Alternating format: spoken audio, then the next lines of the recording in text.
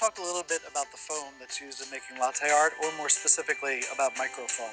Microfoam is a very small disbursement of air bubbles in the milk and that you use to make the latte art. Now, getting the right quality of the foam is pretty key. There's two things that you can do when you're steaming milk. You can either make big bubbles, which we like to call macrofoam, and those sort of just sit on top of the milk. Or you need to make very, very small bubbles and then spread those bubbles out.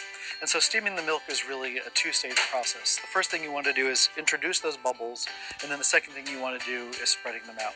One of the ways I like to think about this is thinking about milk. And if you took milk and you took a straw and you blew air into the milk with a straw, you're going to just get really big bubbles that are on the top of the milk, and they don't do anything for you.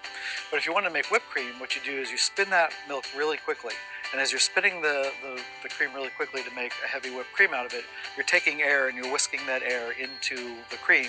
That air is binding with the proteins and with the fats inside the milk, and that's turning it into cream. And that's really the same thing that we do. Now, if you also think about making cream, you can go too far with cream and make butter, and that's way too solid.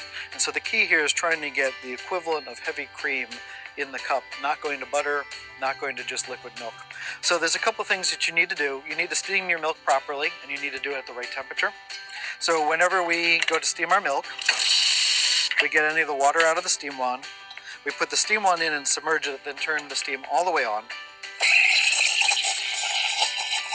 And at first that noise that I heard was me introducing the air into the milk. And now what I'm doing is rapidly spinning the milk around. And the process of spinning the milk around is connecting those little bubbles of foam to the fat and the protein molecules inside the milk.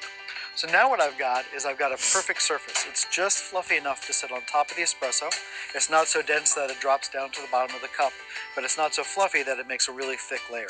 And so you want something that looks like sort of wet paint is what you're going for, or just a really thick, heavy whipped cream. And that's the essentials of making microfoam.